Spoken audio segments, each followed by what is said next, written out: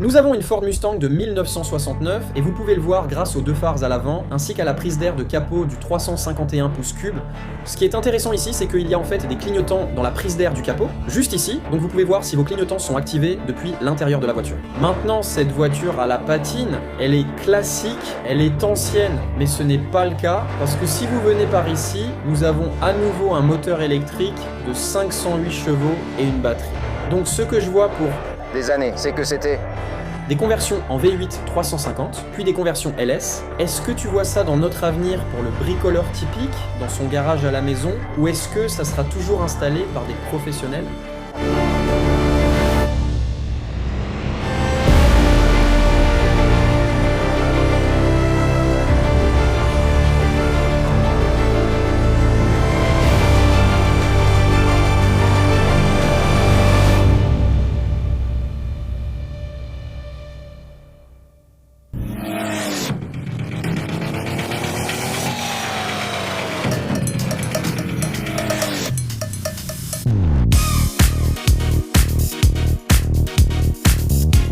On nous a toujours dit que rien ne remplace la cylindrée, jusqu'à maintenant.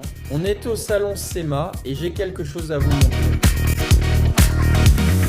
Les véhicules électriques représentent notre avenir, c'est indéniable. Au SEMA, la grande tendance est aux conversions vers des moteurs électriques. Regardez ces voitures derrière. 508 chevaux, Ford Mustang GT 500 de 1967, mais c'est un véhicule électrique. Approchez-vous.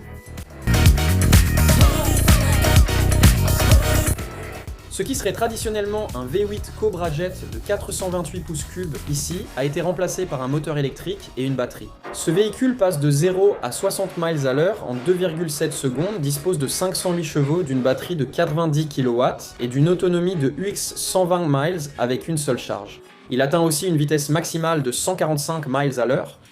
Les véhicules électriques représentent notre avenir, c'est certain. Ces deux exemples illustrent ce qui nous attend. Je préfère ne pas en parler davantage, car j'apprends comme vous. Donc, j'aimerais vous présenter Pete, et Pete pourra vous expliquer tout le châssis et tout ce sur quoi vous avez travaillé ici. Oui, bien sûr. Elkington Motors est un constructeur de châssis électriques. Nous cherchons à ouvrir un nouveau canal de revenus pour les constructeurs. Utiliser les mêmes infrastructures, outils et personnes auxquelles ils sont habitués. Et leur permettre de prendre des commandes de clients souhaitant des restromodes électriques, d'acheter un châssis roulant complet, prêt à l'emploi, performant, avec options modernes, puis d'y installer la carrosserie. Voici ce que nous faisons et ce que vous voyez ici, notre Mustang Fastback 67. Il y a quelques clients aujourd'hui. Cela montre le produit final réalisable avec le châssis roulant et permet à tout atelier de le faire. En ce qui concerne le temps de fabrication, pour que nous puissions en commander un depuis le stock, il faut compter environ 3 mois. Après son arrivée, il faut environ 2 semaines à une personne, si c'est sa première fois sur ce modèle, pour le monter. Installer la carrosserie, finir l'intérieur, faire les branchements basse tension au tableau de bord et c'est prêt. Nous avons une Ford Mustang de 1969 et on peut le reconnaître aux deux phares à l'avant. Et nous avons aussi la prise d'air de capot du moteur 351 pouces cubes. Ce qui est intéressant ici, c'est qu'il y a en fait des clignotants dans la prise d'air du capot, juste ici, donc vous pouvez voir si vos clignotants sont activés depuis l'intérieur de la voiture. Maintenant, cette voiture a la patine. Elle est classique, elle est ancienne, mais ce n'est pas le cas. Parce que si vous venez par ici, nous avons à nouveau un moteur électrique de 508 chevaux et une batterie. Ce que j'ai vu pendant des années, c'était des swaps de moteurs V8 350, puis c'est passé au swap de moteurs LS. Penses-tu que ce genre de projet pourra se faire un jour à la maison, ou restera-t-il réservé aux installations professionnelles ? Oui, je pense.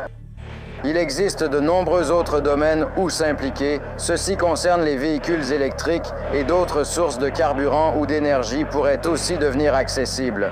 De plus, nous ne livrons la batterie qu'à la fin du projet. Vous n'avez donc rien à gérer en haute tension. En réalité, n'importe quel préparateur qui connaît bien ce qu'il fait avec sa voiture et la carrosserie peut installer cela quand il est prêt. Nous venons une première fois, donnons un séminaire d'une journée pour expliquer comment connecter et déconnecter la batterie, puis c'est fini. Nous avons simplifié au maximum et cherchons à le simplifier encore plus. Pour la prise de recharge, est-ce qu'elle se trouve à l'emplacement du réservoir d'essence ?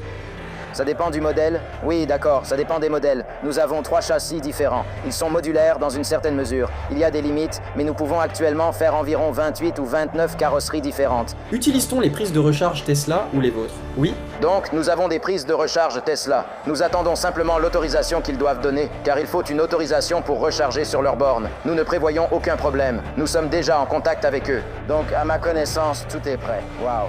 Super, merci beaucoup d'être là, merci beaucoup, je vous en remercie vraiment, c'est un plaisir de vous rencontrer.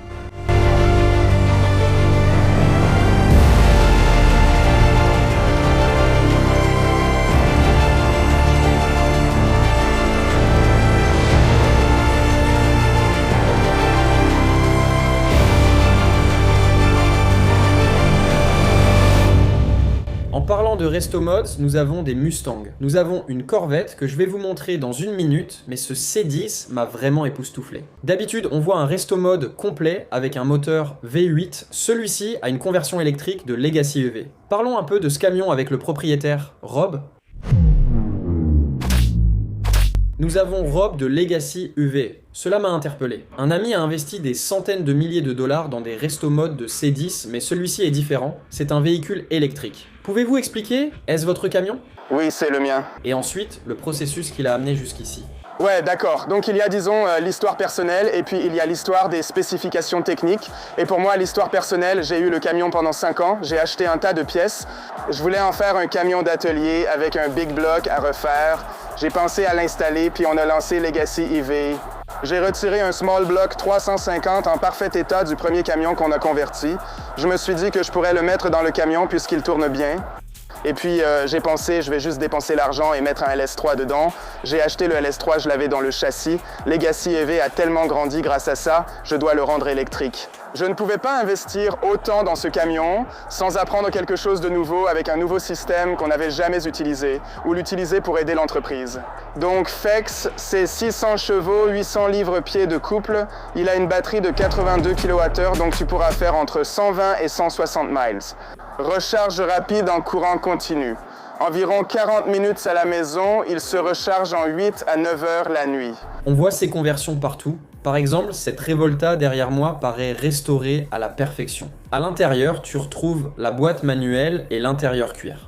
La voiture est vraiment magnifique, mais quand tu regardes sous le capot, tu as une conversion entièrement électrique, c'est magnifique. Quelle voiture incroyable! Et tu ne pourrais jamais le deviner en la regardant de l'extérieur. Est-ce que ça te dérange de me dire à quoi quelqu'un doit s'attendre en termes de coût pour une conversion comme celle-ci? Oui, donc ce qu'on dit aux clients qui veulent faire une conversion, c'est que pour les pièces, il faut compter entre 25 000 et 85 000 dollars. Pour la main-d'œuvre, certains systèmes sont plus plug and play et faciles à installer.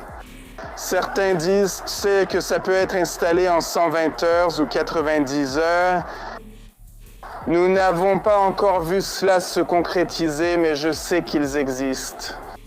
La plupart des travaux que nous faisons, il faut environ 400 heures pour faire une installation. Oh, wow! Donc, l'ensemble de l'appareil pèse 158 kg, vous aurez une autonomie de 120 km dans les airs avec cette machine. J'en veux un, j'adore ça, j'en veux un.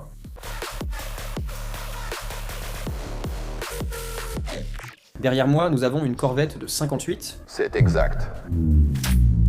Anthony, cette voiture m'a d'abord séduit par sa beauté, mais aussi parce qu'on parle de resto mode et de conversion électrique, et tu sembles vraiment les maîtriser ici. J'ai quelques questions. D'abord, combien de temps la construction a-t-elle pris?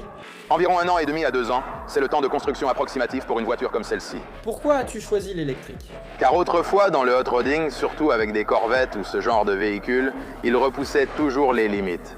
Je veux dire, la Corvette originale elle-même, quand ils ont commencé à concevoir la carrosserie, les carrosseries en fibre de verre étaient quelque chose de nouveau à l'époque. Une autre façon de surmonter le défi de la tôle qu'ils avaient à l'époque. Dans mon cas, je voulais passer à l'électrique parce que je voulais vraiment optimiser les performances du véhicule. Ce moteur en particulier a beaucoup de puissance. Il dispose d'une batterie complète de 85 kWh, beaucoup de vitesse, beaucoup d'autonomie, et franchement, c'est vraiment très amusant à conduire. Et aussi, beaucoup de véhicules électriques ne sont pas des cabriolets. Et il y a une raison à cela dans de nombreux cas quand on a le soubassement de la voiture. Si vous deviez concevoir un cabriolet moderne, souvent cela peut finir par allonger le côté de la voiture, et cela changerait l'esthétique même du véhicule. Donc, en parlant de hot rodding moderne et de conversion en véhicule électrique, à quoi quelqu'un doit-il s'attendre en termes de coût s'il voulait le faire?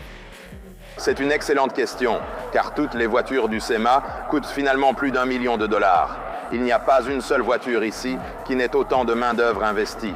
Si vous souhaitez convertir électriquement l'un de ces camions ou cette voiture, vous pouvez obtenir un kit fiable pour 80 à 130 000 dollars à installer dans votre véhicule. Il y a quand même beaucoup de choses de ce que vous allez vouloir changer. C'est comme si vous installiez un moteur LS, vous allez quand même changer la suspension. Vous allez améliorer le freinage, vous allez modifier la transmission. Vous allez faire tout ça de toute façon. On ne change pas juste le moteur, n'est-ce pas? Oui, il faut modifier beaucoup d'éléments lors de la remotorisation d'un véhicule. Que ce soit en électrique, en véhicule électrique ou, comme vous l'avez sûrement vu, en hybride. J'adore la voiture, félicitations pour cette réalisation et merci pour votre temps. Merci mon frère, je t'en remercie. Ravi de te rencontrer. Cette transition est idéale pour poursuivre notre discussion. Ce n'est pas qu'un remplacement de moteur et tu as une vue éclatée pour qu'on regarde. Voici ce à quoi on doit s'attendre lors d'une conversion reste à mode en électrique. Quelques mots sur Legacy EV. Nous sommes un organisme de formation. Nous avons créé des programmes utilisés dans des écoles techniques, automobiles et universités, où les techniciens automobiles reçoivent une formation de base sur les véhicules électriques. Ce banc d'entraînement est situé dans une école où les élèves s'exercent avant d'intervenir sur des véhicules. Commençons par le moteur, d'accord? Donc le moteur reçoit de l'énergie grâce à son onduleur. L'onduleur prend la tension continue de la batterie et la convertit en tension alternative pour le moteur. Voici votre boîtier de contacteur. C'est comme un élément de sécurité qui, lorsque vous mettez le contact, vérifie une seconde fois que tout va bien avant d'enclencher l'interrupteur pour que le moteur puisse recevoir de l'énergie. Une grande part de la sécurité d'un véhicule électrique réside dans ce boîtier. Nous avons ici le chargeur et le convertisseur DC-DC. Donc sur un moteur à essence, vous avez des poulies à l'avant, un alternateur pour alimenter le système électrique. Avec un véhicule électrique, il suffit de remplacer l'alternateur par un convertisseur DC-DC pour que phares, clignotants et autres éléments fonctionnent pareil. Ces bancs sont vraiment excellents pour la formation parce que vous pouvez voir chaque composant nécessaire. Si vous utilisez une voiture et pensez « on va travailler dessus », la plupart des composants sont cachés dans des boîtiers noirs, invisibles. Et la vitesse à laquelle les étudiants maîtrisent les choses est bien plus rapide sur ce banc. Je suis un peu old school, j'ai grandi avec des motos tout-terrain, à 2 temps. J'adore leur odeur et leur bruit, mais elles étaient trop bruyantes pour la route. Quand j'allais dans les bois, les voisins appelèrent la police car ils m'entendaient traverser la forêt. Mon fils, lui, a un vélo électrique, un VAE, qu'il peut utiliser sur la route et emmener partout. Maintenant, ce sont plutôt des motos tout-terrain. Ils m'ont prévenu, ils disaient, c'est une puissance ridicule. Genre, êtes-vous sûr de vouloir faire ça? C'est quoi 80 chevaux? 80 chevaux? Un 450, ça a combien? Entre 50 et 60. Oh!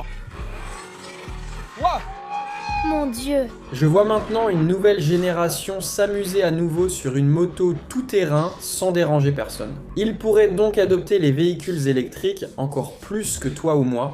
Beaucoup de personnes que nous recrutons, et je veux dire une grande partie de ce que nous faisons, c'est l'éducation.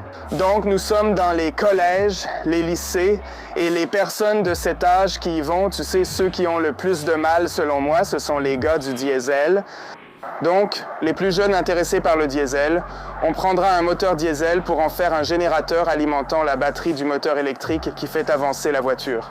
C'est la seule façon que j'ai trouvée pour que ces gars du diesel envisagent de ralentir vraiment. J'adore la façon dont tu as tout expliqué et détaillé pour nous. Merci beaucoup, Rob. Legacy EV, j'apprécie vraiment tout le temps que tu nous as consacré. Merci beaucoup. Ce qui est au-dessus de moi paraît être une Chevelle SS 70, et ça l'est, mais dessous, c'est un tout autre véhicule. Regarde, tu peux m'expliquer? Donc, voici notre projet de hypercar hybride Camaro. On voulait vraiment faire quelque chose de complètement hors du commun. On voulait un moteur atmosphérique qui monte haut dans les tours. Au début, c'était notre première idée et on s'est dit, ok, ce serait cool. Et puis on s'est dit, et si on faisait une voiture à transmission intégrale? Ensuite, on s'est demandé comment faire ça proprement sans que ça devienne une voiture folle et inconduisible avec un arbre de transmission et tout ce qui va avec. On a alors proposé d'ajouter un groupe motopropulseur électrique à l'avant. Donc 210 kW et son couple maximal est d'environ 520 Nm ou quelque chose comme ça. Donc c'est assez costaud et avec la réduction de vitesse, il pourra faire des burn-out en traction avant. Il pourra? Ouais, waouh, ce serait vraiment cool. Comme le Raze, la transmission intégrale se fait sans arbre de transmission. Donc on ne va pas l'utiliser tout le temps parce qu'on fait fabriquer une batterie sur mesure, mais ce n'est pas comme si elle devait être allumée en permanence. Elle doit juste pouvoir surmonter et aider le moteur à combustion interne à démarrer. Bien sûr, c'est un moteur de NASCAR. Il monte haut dans les tours. La puissance arrive dans les hauts régimes. Donc le démarrage initial n'est jamais le meilleur sur un moteur qui monte haut dans les tours. Tu as d'abord le couple instantané du moteur électrique, puis la puissance du moteur thermique arrive ensuite. Cool. Parfait. Merci beaucoup pour ton temps. Je t'en suis vraiment reconnaissant. Pas de problème. Oui, merci. Maintenant, je sais que le monde résiste vraiment aux véhicules électriques, mais c'est notre avenir. Ça arrive, c'est clairement en train d'arriver. On le voit juste ici. C'est amusant de penser que la prochaine génération circule déjà en vélo électrique. Ce n'est pas facile à accepter pour nous, mais c'est inévitablement notre avenir. J'aimerais beaucoup connaître votre avis dans les commentaires. Bien sûr, donnez votre avis en commentaire. Ça arrive et c'est déjà là. Moi, c'est Flying Wheels. Merci d'avoir regardé. Adios.